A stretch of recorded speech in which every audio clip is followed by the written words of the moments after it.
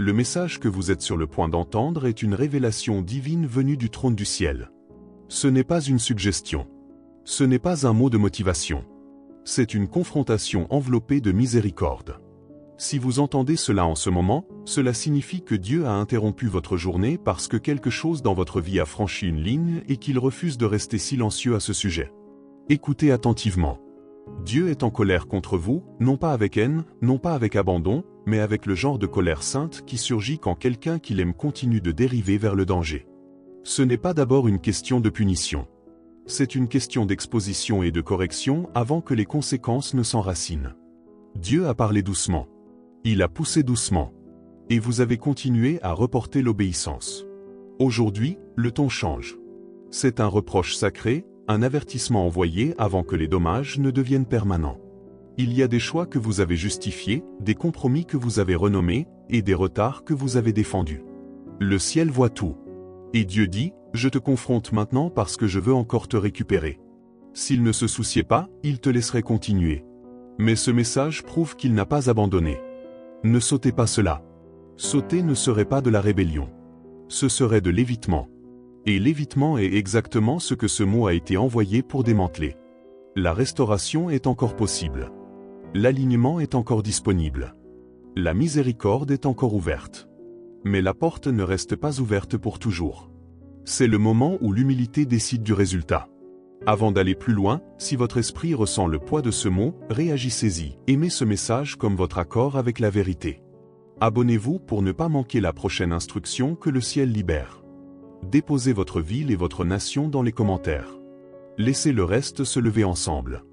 Et à ceux qui nous soutiennent et s'aiment dans ce ministère via le lien épinglé dans la section des commentaires ou la fonction de super remerciement, le ciel voit votre cœur. Votre semence n'est pas un paiement. C'est la repentance, l'alignement et la reddition. Dieu honore cela. Maintenant, restez avec moi. Ne faites pas défiler parce que dans les prochains moments, nous allons plonger profondément dans pourquoi Dieu est en colère, ce qu'il vous appelle à déposer et comment la restauration commence. Commençons maintenant. Commençons par une vérité que beaucoup évitent mais dont ils ont désespérément besoin de comprendre. Dieu ne confronte pas ce qu'il a abandonné. Le silence est le signe du rejet. La correction est la preuve de l'amour. Quand Dieu arrête de parler entièrement, c'est quand le danger s'est déjà installé. Mais quand Dieu interrompt, presse, convainc et corrige, c'est la preuve que sa main est encore activement impliquée dans votre vie. L'Écriture rend cela clair dans Proverbe 3h12, qui dit « Car l'Éternel corrige celui qu'il aime, comme un père corrige l'enfant en qui il met son plaisir. » La correction n'est pas la colère de Dieu. C'est l'investissement de Dieu. Cela signifie qu'il voit une valeur à protéger. Cela signifie qu'il voit un potentiel à affiner. Dieu ne discipline que ce qu'il entend préserver et élever. Donc, si ce message semble lourd, ce n'est pas parce que quelque chose ne va pas chez vous. S'il semble presser sur votre cœur, toucher des endroits que vous préfériez éviter, cette pression n'est pas une punition. S'il semble inconfortablement spécifique, presque comme si Dieu parlait directement dans les espaces privés de votre vie, ce n'est pas une condamnation. C'est une attention divine. Dieu se concentre sur vous parce que quelque chose d'important est en jeu. Il parle maintenant parce que le temps est sensible. Il y a des moments où le retard est neutre et des moments où le retard devient dangereux. Vous êtes dans l'un de ces moments où le report entraîne des conséquences. Dieu n'essaie pas de vous effrayer. Il essaie de vous épargner. Il interrompt maintenant parce que les prochaines étapes que vous prenez importent plus que vous ne le réalisez. Il parle maintenant parce que vous êtes à un carrefour. Une direction mène à l'alignement, à la croissance et à la préservation. L'autre mène à une perte inutile qui aurait pu être évitée. Et le ciel, dans sa miséricorde, refuse de vous laisser dériver tranquillement vers les dommages. Ce n'est pas Dieu qui élève la voix dans la colère. C'est un Père qui intervient avec urgence parce qu'il se réjouit en vous et refuse de vous perdre. Nous devons corriger une misunderstanding mortelle parce que cette confusion a conduit beaucoup de gens à mal interpréter les intentions de Dieu. La colère de Dieu n'est pas une instabilité émotionnelle. Il ne s'emporte pas. Il n'explose pas. Il n'est pas réactif, impulsif ou imprévisible. Dieu n'est pas gouverné par l'émotion comme les humains. Ses réponses sont mesurées, intentionnelles et enracinées dans la justice. L'Écriture clarifie cette distinction dans Jacques 1h20, qui dit « La colère de l'homme n'accomplit pas la justice de Dieu ». Ce verset existe pour tracer une ligne claire entre la colère humaine et la colère divine. La colère de Dieu n'est pas la colère humaine élevée. C'est quelque chose de complètement différent. C'est une résistance sainte contre tout ce qui détruit son but en vous. Ce n'est pas dirigé contre vous. C'est dirigé contre ce qui vous nuit. Dieu n'oppose pas ses enfants. Il oppose tout ce qui menace leur destinée. Quand il confronte, ce n'est pas parce qu'il est offensé, mais parce qu'il est investi. Pensez-y de cette façon. Un médecin est en colère contre le cancer, pas contre le patient. Un pompier est agressif envers les flammes, pas envers l'enfant dans la maison. L'intensité n'est pas de la haine. C'est de l'urgence. C'est l'amour exprimé par l'action. De la même manière, Dieu n'est pas en colère contre votre existence. Il est en colère contre le compromis, la désobéissance, le retard et l'engourdissement spirituel qui volent tranquillement ce qu'il a placé en vous. Et voici la vérité sobrine qui ne doit pas être ignorée. Ce que Dieu confronte aujourd'hui est ce qui vous détruirait demain. Sa correction est préventive, pas punitive. Sa résistance est une protection en mouvement. Si Dieu aborde quelque chose maintenant, c'est parce qu'il refuse de le laisser grandir sans contrôle. Ce n'est pas du rejet. C'est du sauvetage. Ce n'est pas un avertissement général au monde. Et il est important que vous compreniez cette distinction. Ce n'est pas un message destiné à être transmis mentalement à quelqu'un d'autre que vous pensez en avoir plus besoin. Ce mot a atterri là où il a atterri parce qu'il était visé. Dieu ne gaspille pas la précision. Quand quelque chose semble personnel, c'est parce que c'est intentionnel. C'est pour vous. L'Écriture nous donne une image claire de ce genre de moment. Quand Dieu a appelé Adam dans le jardin et a dit « Où es-tu » Genèse 3h9. Dieu ne demandait pas d'informations. Il savait exactement où Adam était physiquement. Ce qu'il confrontait était la position d'Adam spirituellement, relationnellement et moralement. C'était une invitation à l'honnêteté, pas un interrogatoire. De la même manière, Dieu ne questionne pas votre emplacement dans la vie. Il questionne votre alignement. Vous n'êtes pas où vous étiez. Spirituellement, vous n'êtes pas aussi sensible que vous l'étiez autrefois. Des choses qui perçaient autrefois votre conscience passent maintenant tranquillement. La conviction vient encore, mais vous avez appris à l'ignorer et à l'appeler paix. Ce changement subtil n'est pas arrivé du jour au lendemain, et Dieu l'a observé attentivement. Vous priez moins, mais vous l'expliquez par l'occupation ou la maturité. Vous retardez l'obéissance, mais vous la justifiez par la logique et le timing. Vous tolérez des choses qui vous troublaient autrefois, et vous appelez cela croissance ou équilibre. Rien de cela ne vous rend mauvais. Cela vous rend humain, mais cela vous rend aussi vulnérable. Et Dieu, dans sa miséricorde, refuse de laisser la vulnérabilité se transformer en dérive. Alors il interrompt. Il confronte. Il parle durement, non pour vous blesser, mais pour vous réveiller. Ce message semble personnel parce que Dieu aborde une dérive personnelle avant qu'elle ne devienne des dommages permanents. Ce n'est pas de l'exposition. C'est une intervention. Ce n'est pas du rejet. C'est du sauvetage. Dieu appelle votre nom un nouveau nom parce qu'il vous a perdu, mais parce qu'il veut que vous soyez pleinement présent là où vous êtes censé être.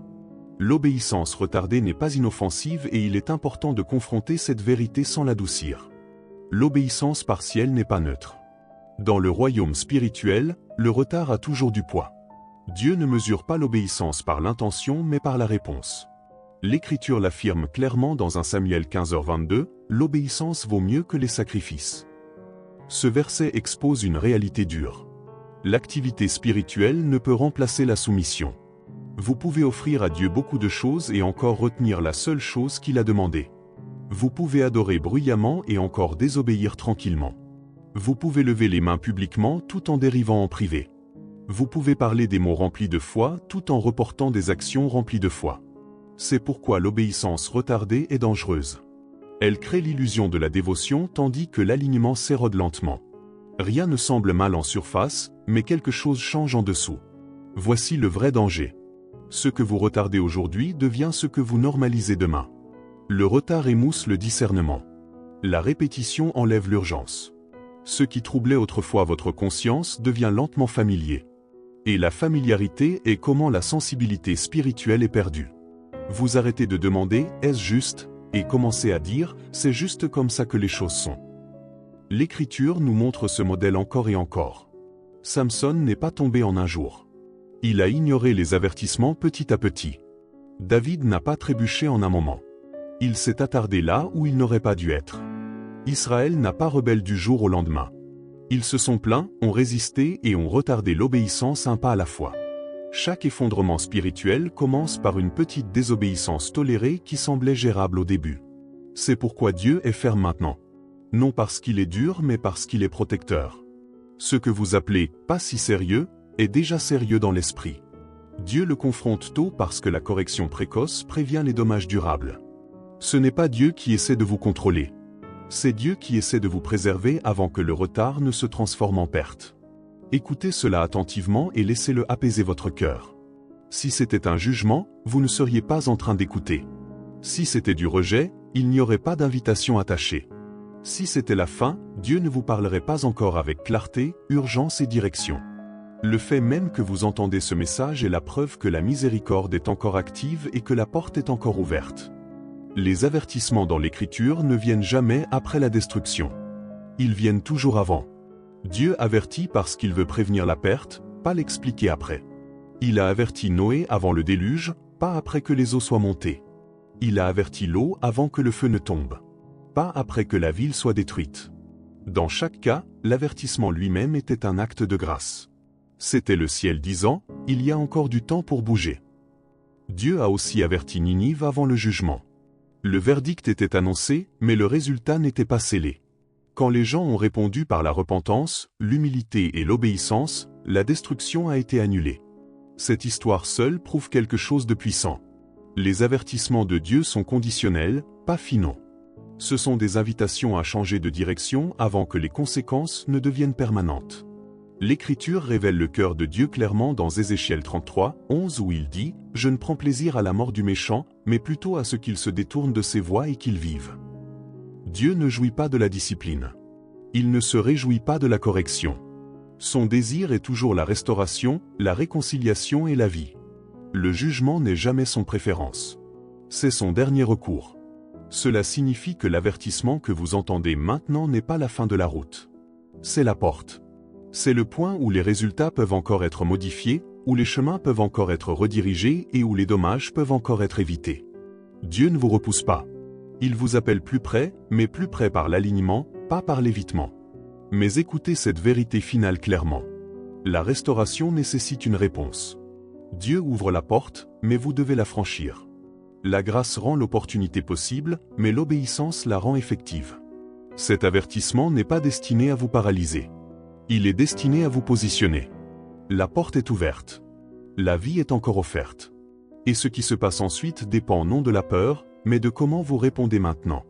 Pas la perfection, pas la performance, pas la prétention. Dieu ne vous demande pas de devenir impeccable du jour au lendemain ou de l'impressionner par l'activité spirituelle. Il ne vous demande pas de vous nettoyer avant de l'approcher. Il vous demande quelque chose de beaucoup plus simple et de beaucoup plus profond. Dieu vous demande de revenir. Le retour est un langage relationnel. Cela signifie revenir au lieu de proximité, d'honnêteté et de reddition que vous connaissiez autrefois. L'Écriture capture cette invitation clairement dans Malachie 3:7 où Dieu dit « Revenez à moi, et je reviendrai à vous ». Cette promesse révèle la posture de Dieu envers vous. Il ne se tient pas avec les bras croisés en attendant de vous rejeter. Il se tient prêt à répondre au moment où vous vous tournez vers lui. La distance que vous ressentez n'est pas parce que Dieu a bougé. C'est parce que l'alignement a changé et l'alignement peut être restauré. Dieu vous demande de revenir dans votre cœur. Pas seulement en mots mais en affection et en attention. Revenez dans votre obéissance où les étapes retardées sont prises et les instructions ignorées sont revisitées. Revenez dans vos priorités où Dieu n'est plus intégré dans votre vie mais placé au centre d'elle. Revenez dans votre humilité où les excuses tombent et l'honnêteté prend leur place. Comprenez cela clairement. Dieu ne vous demande pas de vous réparer vous-même. Ce fardeau n'a jamais été le vôtre. Il vous demande de revenir à lui pour qu'il puisse faire la réparation. La transformation n'est pas l'auto-amélioration. C'est la reddition. La guérison ne commence pas par l'effort. Elle commence par le retour. Quand vous vous placez de nouveau dans les mains de Dieu, il commence à restaurer ce que la dérive a endommagé. La grâce n'ignore pas le péché. La grâce donne du pouvoir à la repentance. Et la repentance n'est pas la honte. C'est l'alignement. C'est choisir la vérité plutôt que le confort et l'obéissance plutôt que l'évitement. Dieu ne vous demande pas quelque chose pour vous repousser. Il vous invite à quelque chose pour vous ramener. C'est ce que Dieu demande réellement. Pas que vous essayiez plus fort, mais que vous reveniez pour qu'il puisse finir ce qu'il a commencé en vous. C'est là que beaucoup manquent Dieu. Ils entendent la correction et pensent punition. Ils entendent le reproche et pensent rejet. Mais dans le royaume, le reproche précède souvent la promotion. Pierre a été reproché avant d'être restauré. David a été confronté avant d'être rétabli. Jonas a été corrigé avant que la revivale n'éclate. Certains des plus grands mouvements de Dieu commencent par une vérité inconfortable. Donc si votre cœur brûle en ce moment, si votre esprit se sent agité, si la conviction est vivante, ce n'est pas de la peur, c'est de l'espoir. Parce qu'un cœur endurci ne sent rien. Être choisi n'enlève pas la responsabilité. La Bible dit dans Matthieu 22h14, « Beaucoup sont appelés, mais peu sont élus. » Pourquoi? Parce que peu répondent pleinement. L'élection est la grâce. La continuation est l'obéissance. Dieu n'a pas révoqué son appel sur votre vie. Mais un appel non entretenu devient un appel retardé. Un appel ignoré devient un appel résisté. Et Dieu dit ne gaspillez pas ce que j'ai placé sur vous. Ce n'est pas une menace. C'est un sauvetage. Dieu dit je ne vous regarderai pas vous détruire tranquillement. Je ne vous permettrai pas de dériver confortablement. Je vous aime trop pour vous laisser rester ici. Et voici la vérité finale qui devrait vous secouer d'une bonne manière. La colère de Dieu dure un moment. Sa miséricorde dure toute la vie. Les pleurs peuvent durer une nuit, mais la joie vient au matin. Psaume 30, 5. Ce moment compte. Cette réponse compte. Cette décision compte. N'endurcissez pas votre cœur. Ne retardez pas à nouveau. Ne confondez pas la miséricorde avec la permission. Dieu n'a pas fini avec vous. Il vous appelle plus haut. Ce qui semble une confrontation maintenant deviendra une célébration plus tard si vous répondez. Ce n'est pas la fin. C'est le tournant. C'est le moment où tout change. Il a blessé mais il guérira. Il a confronté mais il restaurera. Il a parlé durement parce que votre destinée en vaut la peine. Ne sautez pas cela. Le ciel regarde comment vous répondez. Prions cette prière de foi ensemble comme une famille. Père Céleste, Dieu Tout-Puissant, les élus ont entendu ta parole aujourd'hui. Un message divin directement de ton trône. Seigneur, nous venons hardiment devant ta présence, reconnaissant ta sainteté, ton autorité et ta miséricorde infinie. Père, nous reconnaissons que ta colère n'est pas contre nous en tant que tes enfants, mais contre tout dans nos vies qui vole notre destinée, retarde notre percée et nous éloigne de ton but.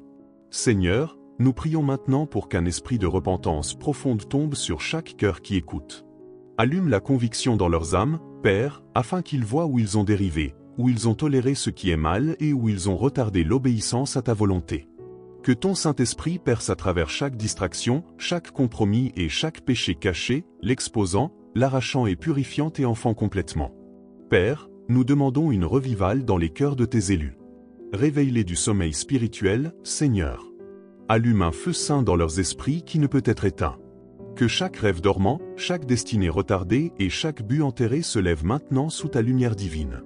Qu'ils entendent ta voix clairement, sentent ta correction aimante comme miséricorde, et répondent avec courage, humilité et foi inébranlable. Seigneur Jésus, brise chaque chaîne qui les retient. Écrase chaque plan de l'ennemi qui a tenté de tromper, distraire ou retarder. Enlève la peur, le doute et le découragement de leur cœur. Remplis-les d'un espoir inébranlable, d'une clarté divine et d'une faim inlassable pour poursuivre l'appel que tu as placé sur leur vie. Père Céleste, nous élevons aussi ceux qui s'engagent avec ce message, ceux qui s'abonnent, aiment, partagent et répandent ce mot de vie. Seigneur, verse tes abondantes bénédictions sur eux. Protège-les, prospère-les, élargis leur influence et multiplie le fruit de leur obéissance pour ton royaume. Que chaque acte de foi qu'ils démontrent leur revienne au centuple en faveur, provision, percée spirituelle et connexion divine. Père, donne du pouvoir à chaque auditeur avec une force surnaturelle. Que ta présence allume un feu saint dans leur cœur. Éclaire leur chemin avec une clarté divine et réveille-les à leur plein potentiel en toi. Que chaque mot parlé aujourd'hui devienne une semence de revival, de restauration et de destinée dans leur vie. Que ce moment de confrontation divine marque le tournant, la percée et l'éveil qui transformeront leur vie pour toujours. Seigneur, nous décrétons que tout ce qui a été retardé sera maintenant accéléré. Chaque bénédiction volée sera maintenant restaurée. Chaque endroit brisé sera maintenant guéri. Que l'alignement divin, la faveur et la percée se manifestent dans les vies de chaque auditeur. Que ton royaume vienne, Seigneur, dans chaque cœur, esprit et âme touchés par ce message. Père, Que ta miséricorde ne s'éloigne jamais. Que tes enfants ne confondent jamais ta patience avec la permission. Qu'ils comprennent toujours que ta correction est la preuve de ton amour, de ton investissement et de ton plan. Renforce-les pour marcher hardiment dans tes voies, pour briller comme des lumières dans un monde sombre, et pour devenir des témoignages vivants de ta gloire incomparable. Nous te remercions, Seigneur, d'avoir entendu cette prière. Nous te remercions de bouger dans les vies même maintenant. Et nous te remercions pour les miracles, les percées, les révélations et les éveils spirituels qui se manifestent déjà en résultat de ce moment. Au nom puissant et incomparable de Jésus-Christ, notre Seigneur et Rédempteur, nous prions. Amen. Si ce message a touché votre cœur et que vous souhaitez soutenir notre mission de répandre la parole de Dieu, il y a un lien épinglé dans les commentaires ci-dessous. Aucun don n'est trop petit. Votre générosité, même 1 centime, peut apporter de l'espoir et de la joie dans la vie de quelqu'un. Merci de vous associer à Dieu dans cette œuvre importante.